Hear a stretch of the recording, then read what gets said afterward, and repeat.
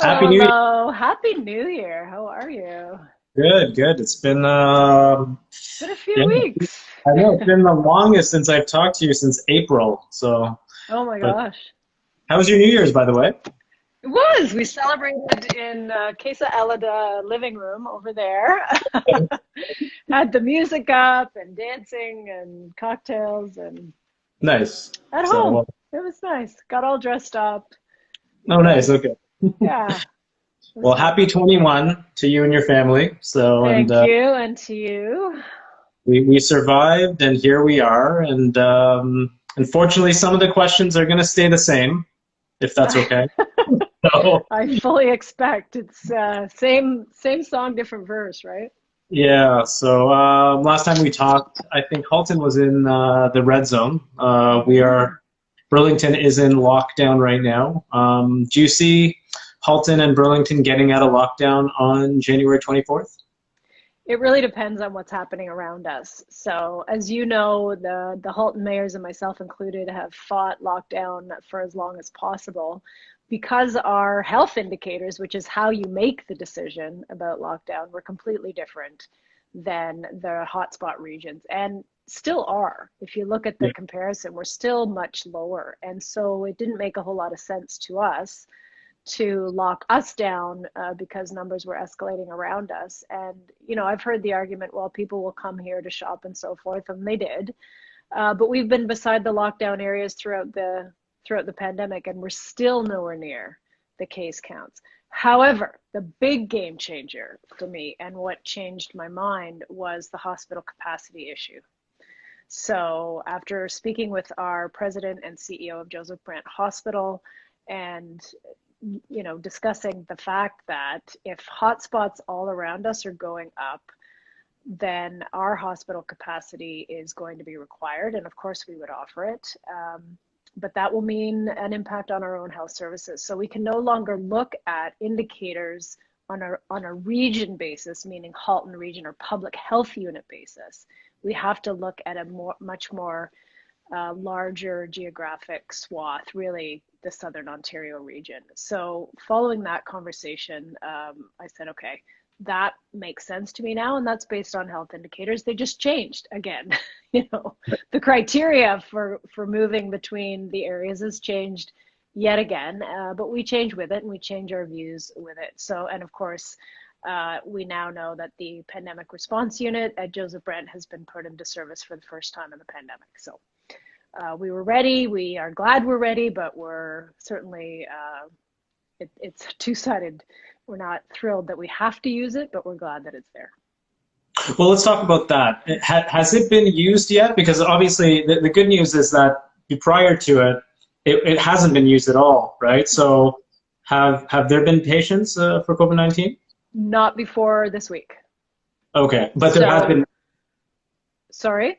There are patients coming in now, though. Now, there are now, yes. So they Okay. just opened it this week.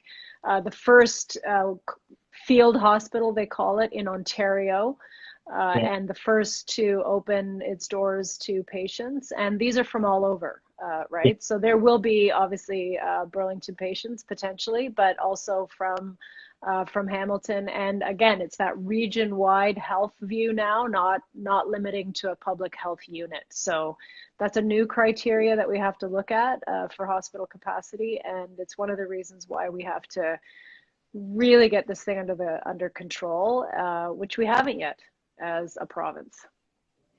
It's I saw some pictures of the temporary hospital, and yeah, it looks pretty creepy. But anyways, looks like a horror movie scene with numbers and stuff. But so, but I sorry, think did that the care is the most important thing. you're right. People will be cared for by the professionals who are compassionate and know what they're doing. So True. Sorry, did you answer the question in regards to do you think we'll get out of lockdown by January 24th? not if the hot spots around us are not bringing No. their numbers down. So again, it's really now, instead of individual public health units and their indicators, we've now had to pivot one more time to look at the public health indicators across the whole of Southern Ontario. within driving distance of any hospital, essentially, is what we're now having to look at. So, Halton's numbers are creeping up, Burlington's numbers are creeping up. That being said, again, we are nowhere near the counts per population as the hotspot areas. So, because our geography for our hospital, not for shopping, is the issue here, we are very much tied to what's happening in those other regions. What do you think? So I will support stronger measures throughout Southern Ontario, because the collective we have to get the infection rates down to protect our hospital capacity. Otherwise, we're going to have to start canceling surgeries, and that has obviously other devastating impacts on individuals who rely on those. We can't have other people getting sicker in other ways because of COVID. So again, that's a silver lining. We've got the PRU. We don't have to at Joe Brant. They have not had to reschedule or cancel surgeries, which is a good thing. But we got to bring those numbers down province-wide. What do you think of Doug Ford mentioning or kind of opening up the idea of a curfew in Ontario? I will support any measure that is going to work, that is informed by public health evidence, and will keep us from spiraling up into 4,000 or plus cases a day. How long did it take us to go from 2,000 to 3,000 a day? Not very long, a couple of weeks. Yeah. True. And so we are at a tipping point. If we don't reverse this, it's gotten out of control. And so, I mean, I don't go anywhere anyway.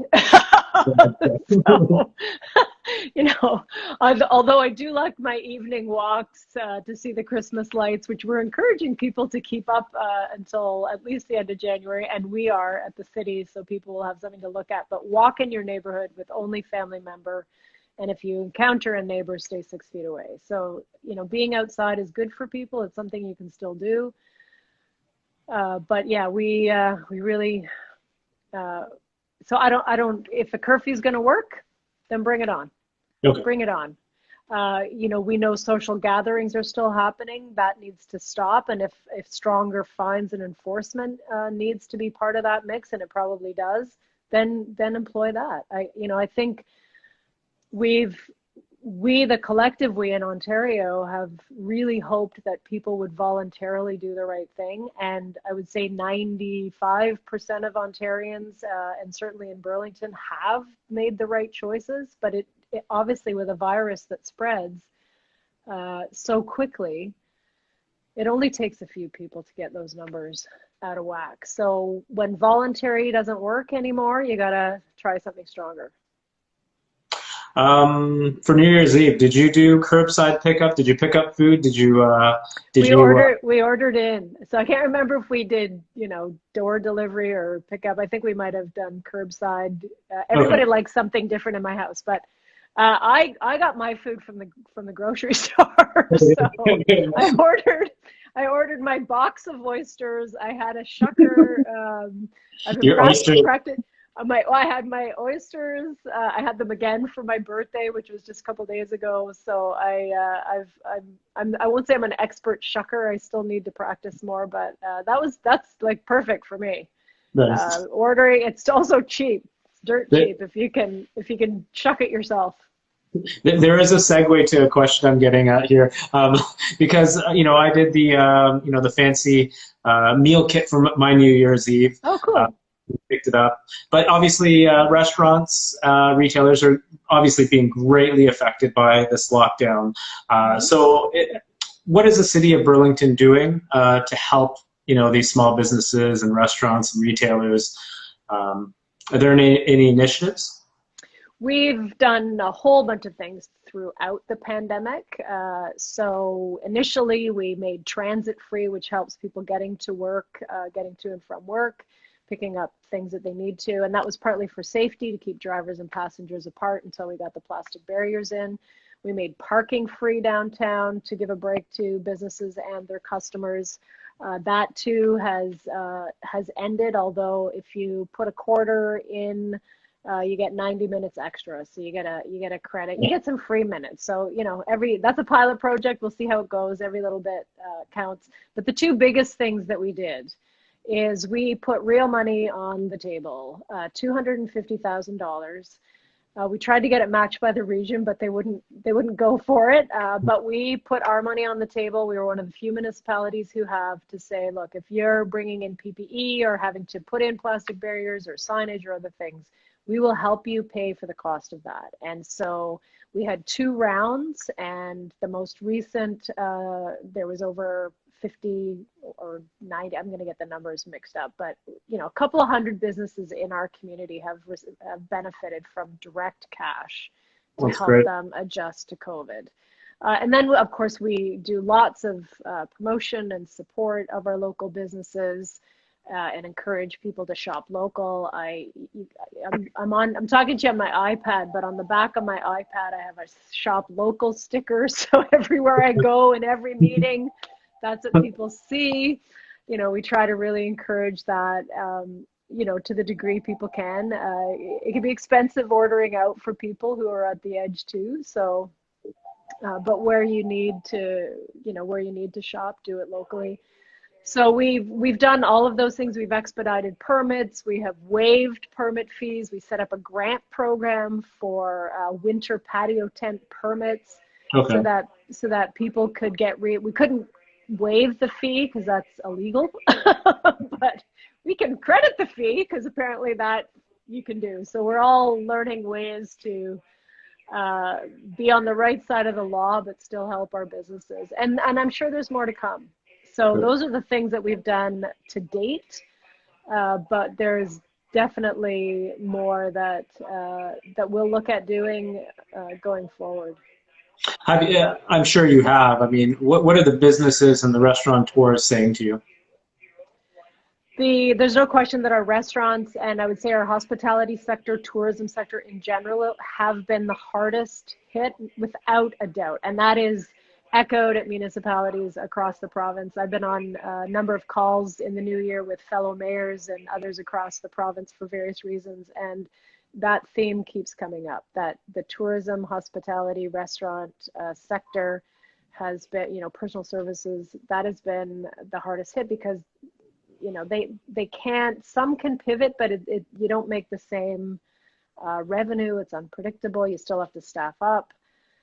So the other thing that we did, of course, is the Burlington Economic Development, the Chamber, our 2 BIAs, downtown and Burlington, as well as tourism, formed what's called the Burlington Economic Recovery Network, or BERN for short. I sit on that with council.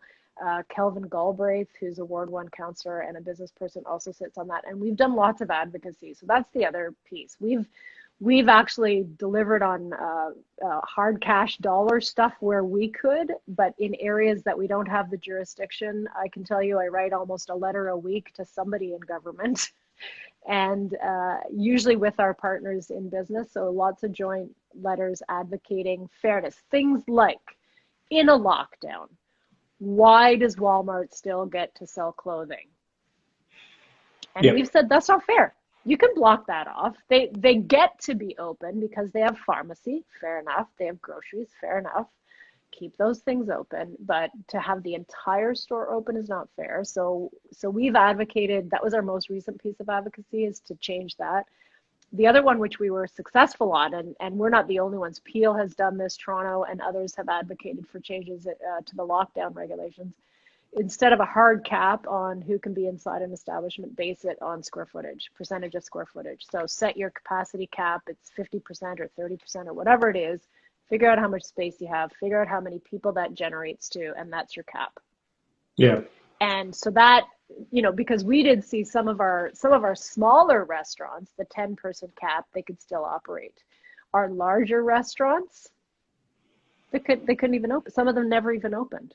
Yeah. Because they simply couldn't open a cavernous space and staff it up when only 10 people, and yet they could safely accommodate more. So again, we've always maintained that any criteria or decision should be based on health indicators, common sense, and how do you keep people safe.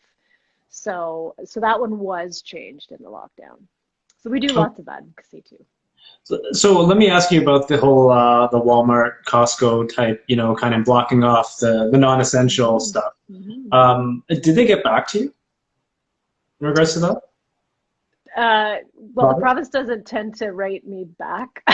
Well, I mean, don't they do. Well, I shouldn't say that.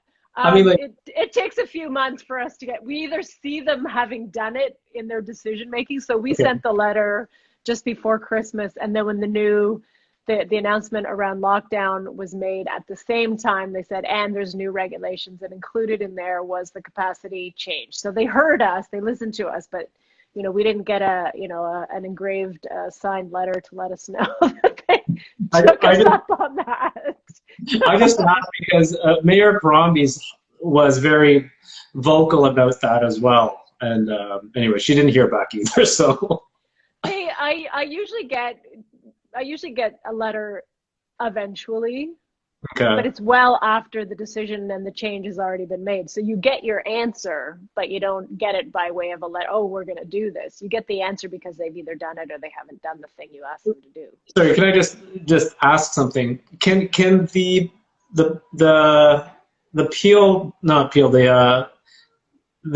regional doctor or what is it called again? Sorry, medical officer of medical health. Officer. Sorry, medical officer of health. Can he just do a Section 22 and just say, hey, let's block it off because it's not safe for people? So the Section 22 is definitely a power that our medical officer of health has. Yeah. She has not to date used that. Some public health units have, but it's intended to control people. So rather than, if we wanted to, in theory, you could look at business licensing as the way to do that. So it's not really the right tool to achieve that end. It's a great tool, but it's not necessarily the right tool. Okay. All right. I got to ask this question because everybody's asking this question, and have you or any of your counselors gone on vacation outside of the country? No, not even outside of Burlington. Not even. I don't even know if I've been outside my neighborhood. Okay. No. None of us have. But I appreciate the question. I'm glad to be asked it, and I'm glad that answer is what it is. There was never any question of us traveling ever. In fact, I canceled a small getaway that was about an hour from us as soon as the lockdown went into effect. We just canceled it. So I wasn't even willing to go an hour out of town, let alone, and that was still within Ontario. So there you go. It's all Casa Porto Backyarda, Casa de la dining room, club living room. That's what we got going on, and our front porch. That wasn't an exciting answer. I thought you were going to say St. Bart's. I'm sorry. So. Did not go. In fact, I still have my Christmas tree up, which is funny because I've accepted the challenge to keep the lights going until as long as we can. Okay, cool. I'm going to get to some Instagram viewer questions here. A lot of the questions I've already asked you, but here is one about schools, right? They're asking you, with such high numbers, is it safe for elementary school kids to go back to school? Do you think it should be extended? That's a great question, and I'm not the right one to answer that because that is a question for our medical officer of health, and I will take their advice and guidance. I know there's mixed views on that, and the huge challenge that we're right back into, and two of my staff are directly affected by this. They're trying to do their full-time job from home and do homeschooling with the online. There's mixed reviews that I'm seeing and hearing from the community about whether that's working for people. But one of the biggest issues is simply a capacity issue. When you have 4 or 5 people in a household all sucking huge amounts of data, you get kicked off. And I end up switching, even in my household, I have two students and my husband, all of us working from home. And there are times when I just switch right over to satellite cell service because I can't get on my own Wi-Fi. So, Cogeco was down yesterday. So Um, you know, online isn't the be all and end all. Of course, keeping kids safe is the most important thing. But when you look at, and these numbers are updated daily on halton.ca. So halton.ca, click on COVID, click on current cases, you'll see a wealth of data. And I've been trying to post more and more of that every single day. I get a little bit behind sometimes. I haven't posted today's yet, but you can see the outbreak. You can see the sources of outbreak. And still, especially in Burlington, you can look at it by Halton or by the individual municipalities. So when you look at it by Burlington, the biggest source of known spread is long-term care, retirement homes, and congregate living. And that's heartbreaking. And frankly, it's unacceptable because we've known about the challenges for months and months and months, and why is it still happening? So when you look at, they won't name names of individual businesses, but you can see, was it at a restaurant? Was it at a classroom? Was it at, there's some, but it's minimal compared to, it's a fraction of the source of spread in those other three, the top three: long-term care, congregate, retirement home. Okay. Because people are in close contact and you've got people coming and going. So, you know, I think, again, any decision about schools should be made on what's the health evidence. True. The health evidence. That is a piece right there of health evidence indicating that it's certainly not as worrisome in terms of spread as other areas. Another question we have is Toronto, I guess a few days ago, said they're going to name the same companies that have been kind of 2 or more people with COVID-19 considered an outbreak. Will Halton do that, or Burlington? I guess it would be so. It would be the medical officer of health, because Burlington doesn't actually have that data. All of the data on infections is handled through our public health unit, which sits at Halton Region. So Toronto's a little different because they're single tier. So everything is, you know, everything falls under the city, the banner of the municipality. So Burlington doesn't have the data to release that. We don't even have it. That the public health unit does. But I did reach out to our medical officer of health in the last day or two, watching what Toronto's doing and getting some requests from residents to ask if she would be starting to name names. It's important to note that Toronto has put some very strict parameters. They're not naming everybody. Yeah. First of all, the business has to be large enough that identifying the business would not single out or identify any single employee, because you've got to balance that with privacy protections. But the answer from our medical officer of health, which, you know, may not satisfy some folks, and I understand that, is that where they will only name a source of spread if they are unable to do contact tracing. So if you think about it, if somebody at a Fortino's that you shop at was infected weeks ago and hasn't been on the job, and you haven't been in the store, why should you be notified of that? You're not at risk. You didn't come into contact with that. So that's the idea of getting our contact tracing enhanced, to make sure that as soon as somebody is identified as COVID positive, they identify the places they've been, and they make sure that everyone who's come into close contact with that person is notified as potentially being at risk. And essentially that's what the COVID app is supposed to do. True. Right? So people, if you don't have the COVID app on your phone, please download it, because it will tell you if you've been anywhere in public and you've come into within 6 feet of somebody who's infected, the app will go off and tell you. So, and it works. Somebody that I was recently speaking with, the COVID app went up.